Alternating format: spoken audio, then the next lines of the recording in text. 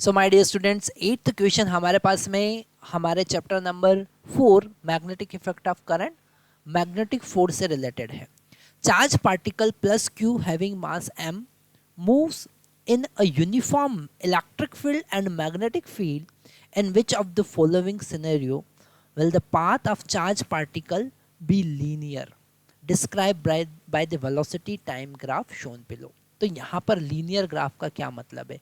ये linear graph का मतलब है कि वो एक स्ट्रेट लाइन पे मूव कर रहा है, पहली बात।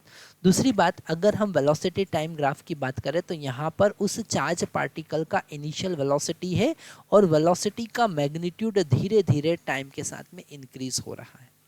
ओके, तो यहाँ पर अगर हम फर्स्ट केस देखें, electric field perpendicular to the magnetic field and perpendicular to the velocity, तो यहाँ पर वो एक स्ट्रेट लाइन पर मूव कर सकता है पर उसका वेलोसिटी का मैग्नीट्यूड कांस्टेंट होगा। ये कब होगा? जब इलेक्ट्रिक फील्ड और मैग्नेटिक फोर्स एक दूसरे के अपोजिट डायरेक्शन में हो, है ना। यहाँ पर मैग्नेटिक फोर्स मतलब कि QVB एक दूसरे के अपोजिट डायरेक्शन में हो, पर यहाँ पर कंडीशन ये है कि उसका वेलोसिटी कांस्टेंट होगा। तो ये ऑप्शन गलत है क्योंकि वेलोसिटी यहाँ पर इंक्रीज हो रहा है। वेलोसिटी क्या हो रहा है? इंक्रीज हो रहा है, उसका मैग्नीट्यूड कंटिन्यूसली इंक्रीज हो रहा है। तो ये वाला कंडीशन बिल्कुल गलत है।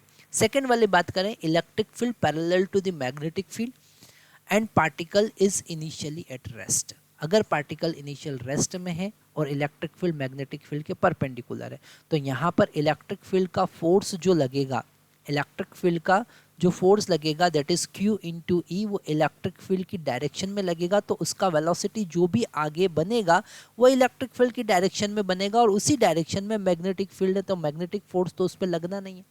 तो यहाँ पर जो मैग्नेटिक फोर्स होगा वो होगा ज़ीरो, मैग्नेटिक फोर्स नहीं लगेगा, उसका वेलोसिटी कंटिन्यूसली इंक्रीज होगा। पर ग्राफ में यहाँ पर इनिशियल वेलोसिटी गिवन है, तो बी वाला ऑप्शन गलत है। यहाँ पर इनिशियल रेस्ट में वो है ही नहीं।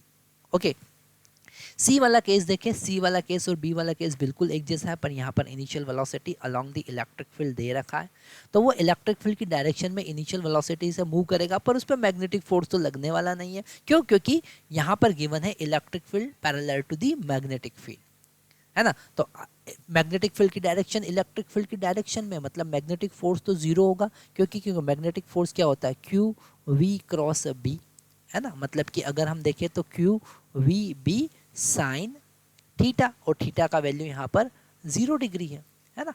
वेलोसिटी और मैग्नेटिक फील्ड के बीच का एंगल 0 डिग्री है, तो मैग्नेटिक फोर्स कितना होगा? 0 होगा। तो सी हमको करेक्ट ऑप्शन लग रहा है।